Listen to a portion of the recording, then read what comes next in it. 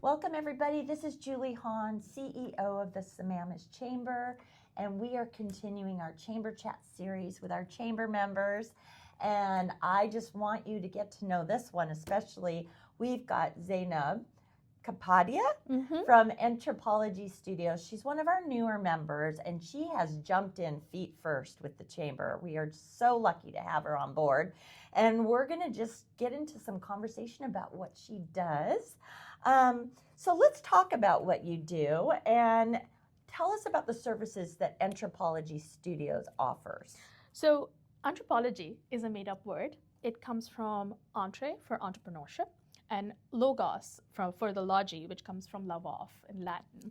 And the word basically means for the love of entrepreneurship, and that's what I do. So I am an entrepreneurship educator. I have training programs that I offer to small batch cohorts. And I also work with one-on-one with aspiring entrepreneurs and small businesses, and I coach them and mentor them. Wow. Well, we're pretty lucky to have you on board. I mean, in a lot of ways, it just ties into the chamber world It for does, sure. very much. So what services aside from training do you offer to adults who are either aspiring entrepreneurs or small business owners? So in addition to training, I work with both aspiring entrepreneurs and small business owners as a coach and a mentor. So I work with them from inception, which is their idea.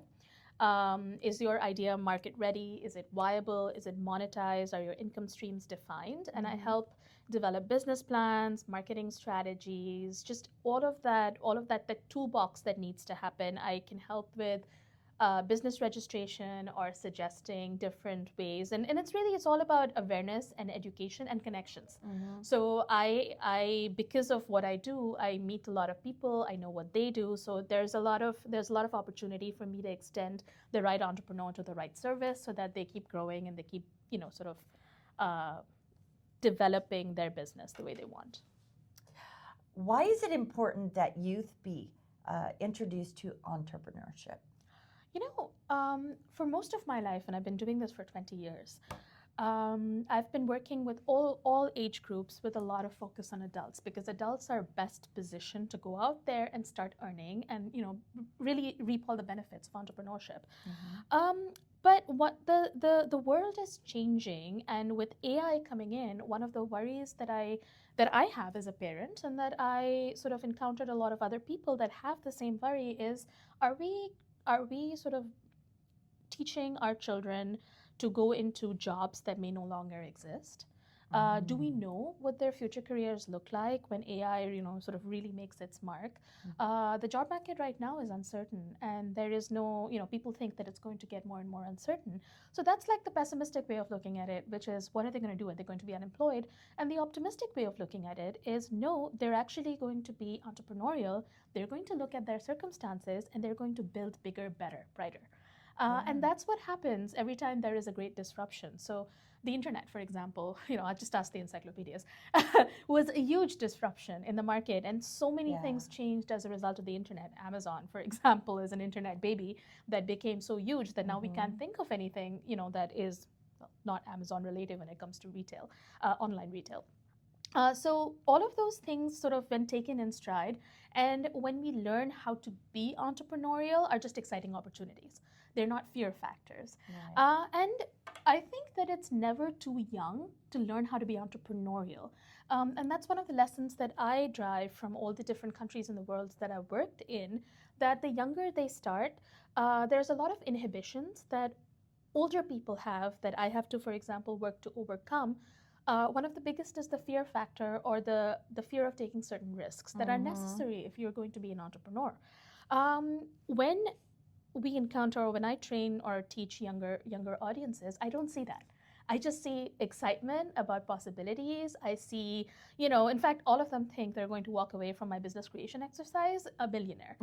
And, when they only earn $30 or $40 in profit, they're still happy, but they're like, hello, what just happened? Ignorance is bliss. but that's part of that. But you do need that. Entrepreneurs need that sense of optimism, that sense of can do. And the younger they build it, the better it is for them in the long run. And the other thing is, just because they're learning the basics of entrepreneurship, how to be entrepreneurial, all of those personal competencies, do they have to be an entrepreneur? Of course not. But they will 100% be successful in whatever it is they do, because we know that entrepreneurial employees are far more likely to be promoted than employees who are not entrepreneurial. Well, and it helps with their confidence level 100%. too. Yeah. Right? Because I think a lot of kids, especially if they start going through high school, they think about college and they're like really lost. Absolutely. About what their next step is or what they want to do. And sometimes it carries through when they get older, they still don't know what they want to do. So this is fantastic.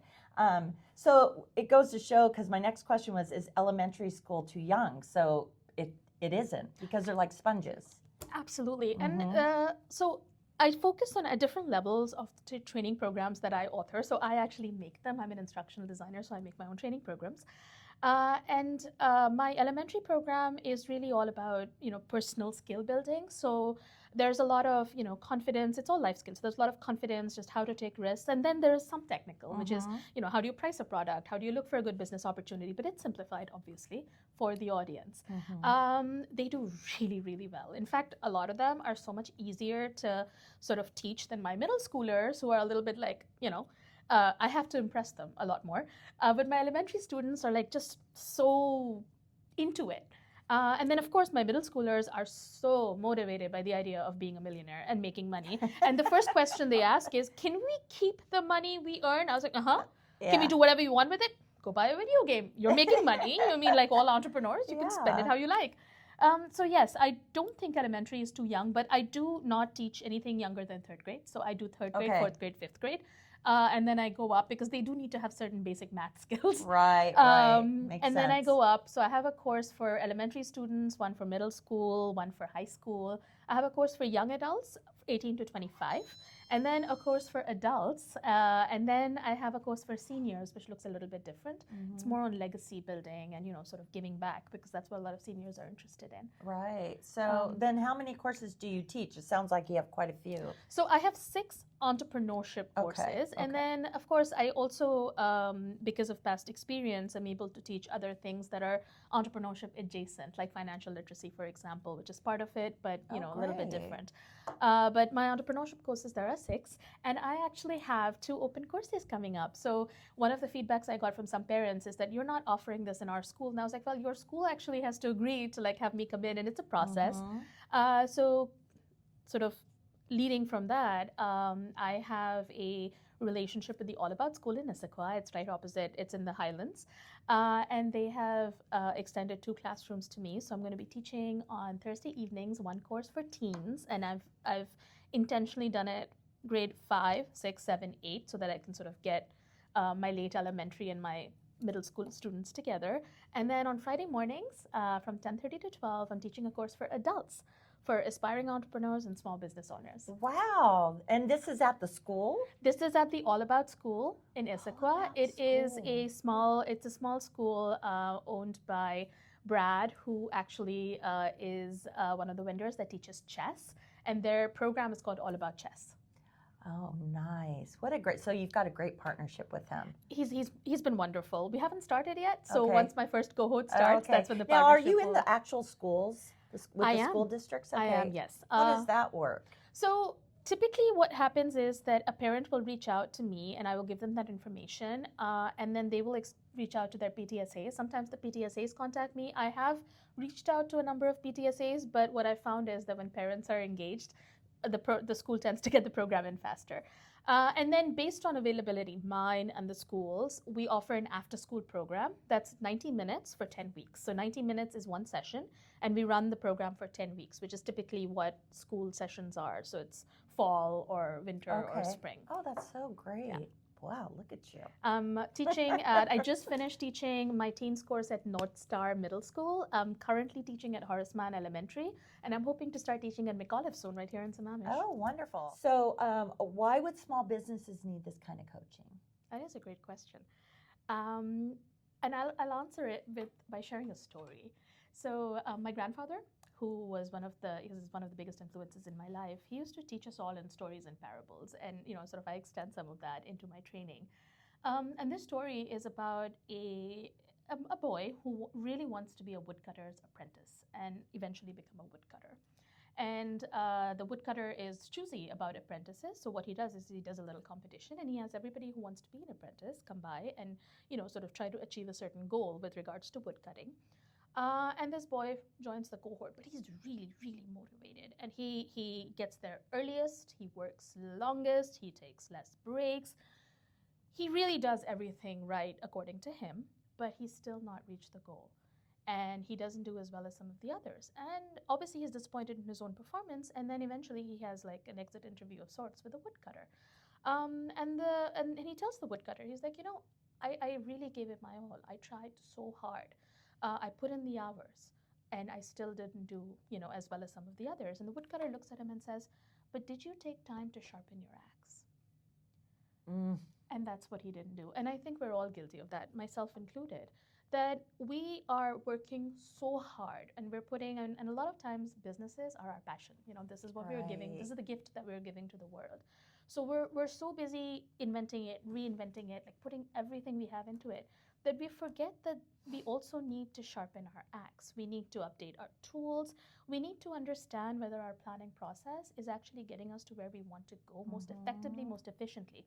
And when we do that, we find out that sometimes we have to put a little less of ourselves into it. It's just all about thought, strategy, and that's what I offer. Yeah. So I offer the toolbox to sharpen, sort of your understanding. I offer market research and insight that I have a lot of time to spend on, and you perhaps don't have that much time because you're busy doing what you do. I offer strategic planning, and I offer connections. And I offer all of that with a view so that you have to spend less time thinking about this and more time intentionally doing what you need to do in order to get to your goal.